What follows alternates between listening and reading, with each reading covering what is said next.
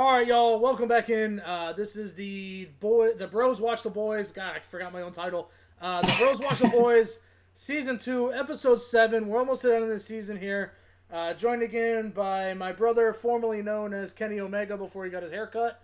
I'm just James now. And It's just now, he's just now James. He's no longer the yeah. best bout machine. Shout out to Kenny Omega, big fan. Um, anyways, bro, we're the penultimate episode of this season, and here I was for the first 42 minutes or whatever it was, thinking they're just doing a lot of storytelling, kind of a Oh, little bit this outside the episode was norm. crazy from the beginning. It just got crazier to me in the end. Yeah, I mean, I thought we were gonna get a lot more like big scope macro kind of things, but I We felt kind of did. we kind of did, but as I watched it, I felt it was more kind of storytelling. We get a little more Butcher backstory. We get a little more exposition, kind of moving along with some different characters. So, and then of course the end. Holy cranberry ocean spray! Was that an ending to an episode? Oh boy. We'll save that for last because it has to be saved for last. It was But like Nickelodeon except red. where do you want to begin this one at? I mean, we have to start with Lamplighter and his obsession, I guess you could call it. Just sitting down with Huey on Yeah, the couch, that was something.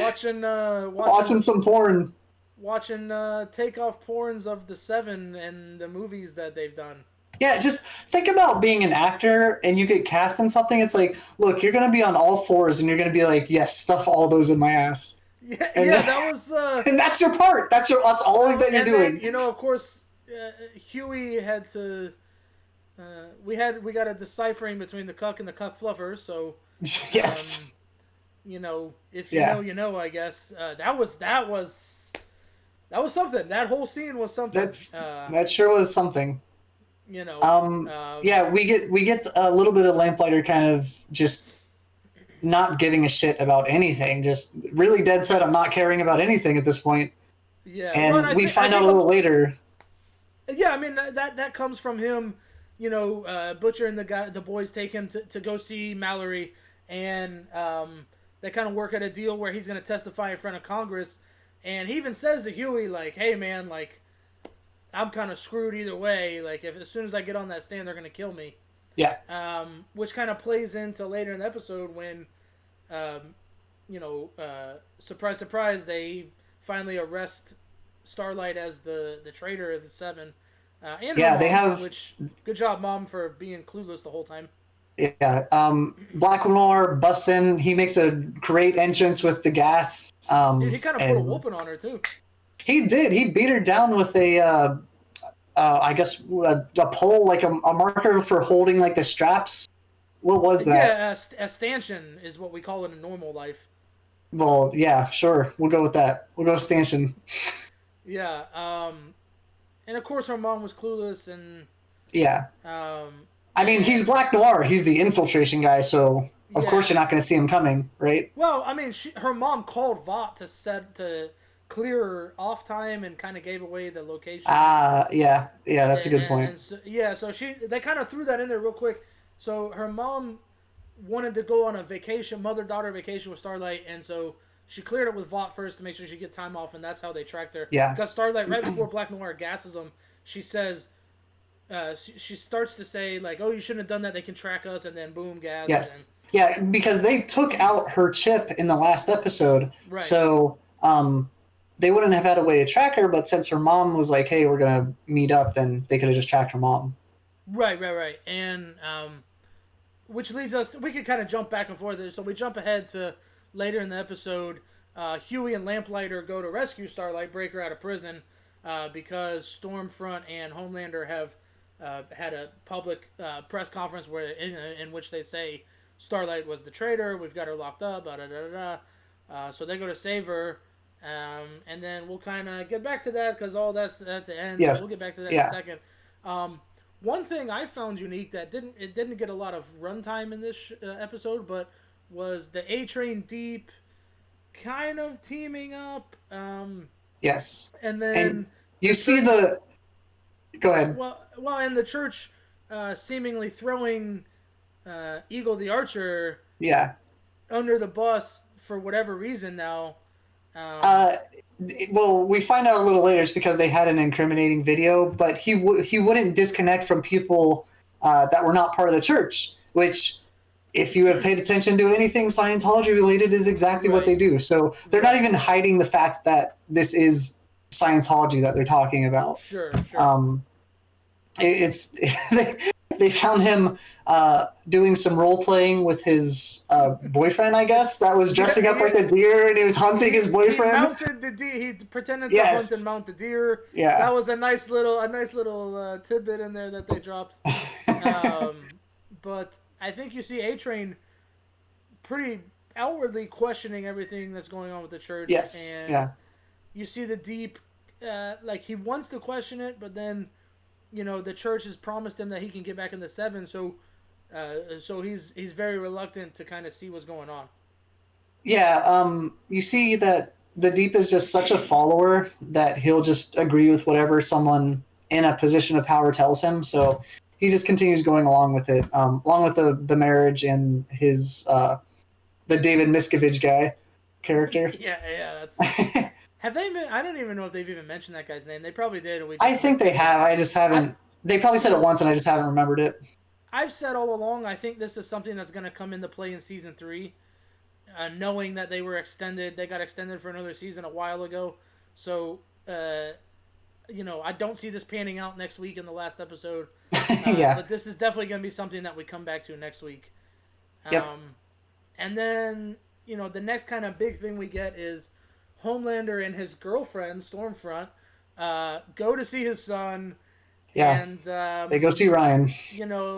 Stormfront does her whole manipulative thing.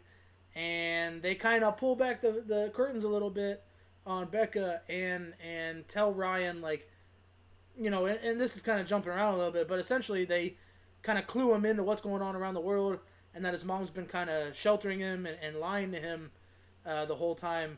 And so then they kind of take him up and fly him around and show him, like, hey, this house is fake, all your neighbors are fake, they're all bot Yeah. people. And he opts to head out with Homelander and Stormfront. Yeah. Very manipulative by Stormfront because that's been her whole game this whole time. Sure. Especially with the speeches this episode, you see that it's so clearly white nationalist speeches, Absolutely. but the same. It's like the boys are future tellers because this was filmed way before what's going on Right. right now in the world, and Right. you see the parallels between her literal Nazi white nationalism and things that our actual president is saying right now. Yeah, It's yeah, almost mirror. It's it's pretty wild that they had that kind of foresight. But it's yeah, yeah. but we did one thing that they did drop in there too, is, and Stormfront said it, so it makes me believe that it's probably true, is that he's the only natural born soup, which we kind of thought all along.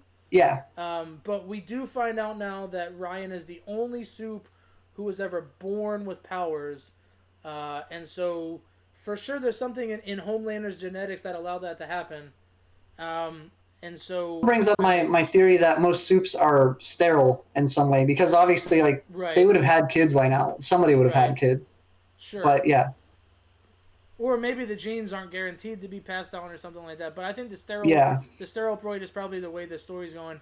Um, what else? What else we got? We get Well, we had a bunch of meetings between people. So we had yes, the Newman meetings. You had Mallory setting up things for the congressional hearing later in the episode. right. You had we got to hear Frenchie's name. If you Yes. missed that, Mallory Serge. calls him Serge. Yeah. Yeah, Yep. Serge. I'm assuming it's short for Sergio. Yes. Or it Probably. could just be Serge. I mean, Serge Tankian, shout out to System of a Down.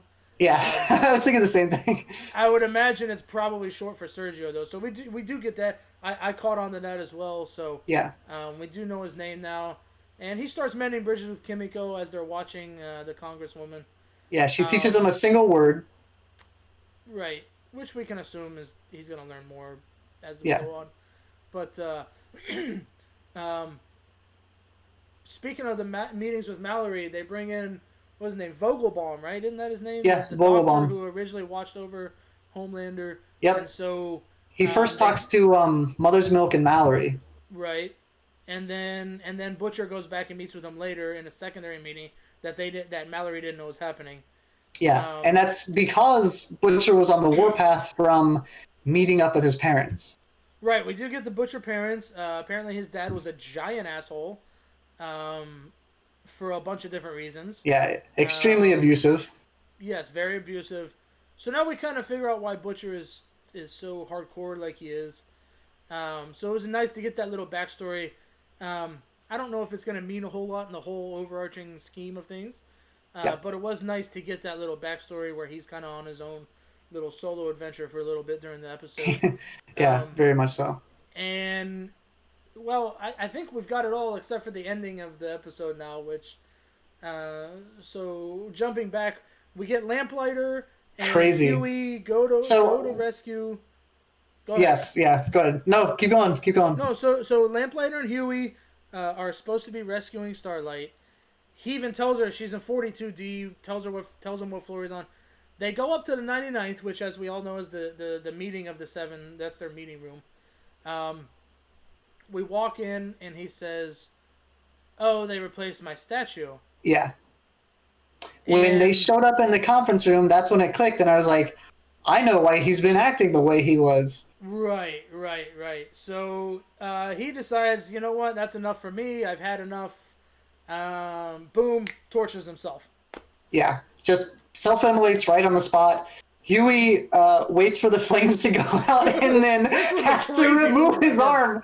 He has to take his arm off. Also, that looked insanely real for some reason. It looked very real. Whoever made that, they even had like both bones in the arm break off and peel. Yeah. Good job, prop department. Damn. They need to win some awards. Their prop department does, because special effects department. Because between the whale, Fudgy the whale, and now the hand. Lucy, Fudgy. Where'd you get Fudgy from? Fudgy the whale, like the little, the ice cream cake. Fudgy the whale. You don't know Fudgy the whale? Oh my god. How can we be brothers and you don't know who Fudgy the whale is? Anyway. Lucy. Anyways. So Huey rips off his arm because he needs his hand to get in and out, because Lamplighter, for some reason, some corporate oversight reason, is still in the system. His fingerprints are still in the system. That is working in like software. You would be impressed by how terrible that is. Like that's a common occurrence. I mean, I'm sure it was just overlooked at some point. Yes, because he still technically was. If he was at Sage Grove, he still technically was working for them. He's still a Vought employee. Yeah, it still makes sense why. So now Huey rips the arm off. He's got access all up and down. Goes down to find Starlight. While he's trying to go find Starlight, Starlight comes up to the 99th and faces off with Black Noir. Yes. And Black Noir is whooping the hell out of her. And then Maeve shows up. Until Maeve tries to redeem herself a little bit. I like this new version of Maeve. Yeah. And we find out that Black Noir, for as badass as he is and as much of a ninja as he is, he's allergic to nuts. And this brings us back to a few episodes ago when he forces the one employee to put her almond joy in the trash. I was like, that's such a good callback. Yeah. It was so good. And it's they do such a good job with this show of dropping little things that, like, 2-3 episodes from now, you have to remember happened. Yeah, because I thought it was just because it's candy. He's a healthy eater or something, but no, that's not it. Well, I couldn't tell at first what she shoved in his mouth, and then she said, "Is that an almond joy?" And I was like, "No." Yeah. And, oh man! But that was pretty awesome. So we didn't see him die on screen, so we have to assume he's not dead yet. Yeah. He didn't quite reach his EpiPen. Maeve kicked his EpiPen out of the way. Would you think he would take it a little further? Just take it. Toss it out the window or something. Yeah. So until we see someone die on screen, you gotta assume they're alive. Yep. Then Huey grabs Starlight's mom.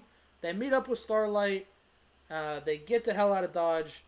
Cut to the ending scene. Mind-blowing. Meeting, very mind-blowing scene. Yeah, congressional meeting. Vogelbaum wheels in. As he's about to start ratting on Vought, he goes like a Yep. pimple. His head explodes. They explode him. They explode the committee leader. They explode Everybody. Shockwave. There's like dozens of people in the room that are exploding. Stormfront and Homelander don't seem to know what's going on either. They don't either, yeah. So this is some soup that we haven't seen yet. I still think that it's part of whoever was Dr. Page helping Becca keep Ryan. I think if this was the last episode, I would have lost it. If this was the last episode of the season. Yeah. I think this is more Edgar's. I think this is how Edgar gets around the whole Stormfront deal. He's got someone. He's got someone who he's kept hidden, who, you know, obviously has this crazy power to just look at somebody and pop their head, explode their head. So the thing is now, I'm going to assume Vought's going to spin it into a soup terrorist type deal. Yes. It could have been Edgar himself. Maybe he's... That would be something if he could just be like, you're dead, and then like blow your brains out. But I'm assuming for this power to work, they have to be within eyesight. So it had to be someone either in the room or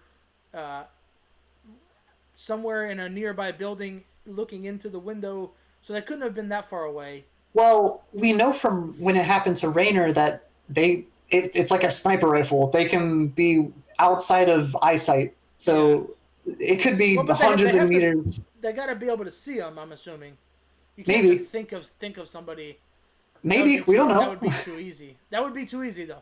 That would be too easy for the.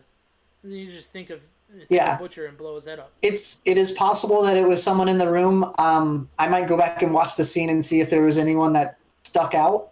I don't think that they would show us this person, but no, it's worth a watch. Keep that one hidden. And I don't think we're going to get the reveal on that either. I think that's a season 3 holdover too. Well, that might be the cliffhanger that leads into season 3. We don't know. I think it's too obvious of a cliffhanger though for me. They do such a good job of this show of misdirection. I think that's too obvious. Yeah. So I am so glad this wasn't the last episode in the season because when it happened to Vogelbaum, my mouth was open and I was like, it didn't stop. It kept going. Like, it was just pop, pop, pop. I mean, I was like, oh. I thought my head was going to explode. Yeah. Everybody was getting it. You can get it. You can get it. Everybody got it. I thought they were going to kill Newman. They didn't kill Newman or Mallory, so luckily they seemingly escaped. Yeah, we didn't see them die, so you got to assume they're alive. Yeah, the Hollywood rule.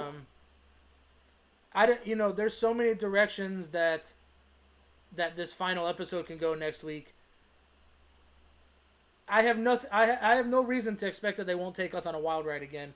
And I'm hoping for a long. So this episode was only 47 minutes. It was a very short episode, as far as the boys are concerned. So I'm hoping the last episode we get hour 15, hour 30. I want a long episode. Give me a lot of, wrap up some of these storylines and then give me more leading into next season. Yeah, if we're talking about a cliffhanger, I could see Maeve posting the video online. That could be like the last little bit, like, hey, check out this video. It's got like 72 million views or something, and it just keeps going up. Homelander lose it. Homelander's gonna lose it. Him or Stormfront, one of them is gonna lose it in public. Yeah, I think so. And we're gonna get kind of their true feelings, and I think it's gonna lead into almost some sort of public revolution in season 3.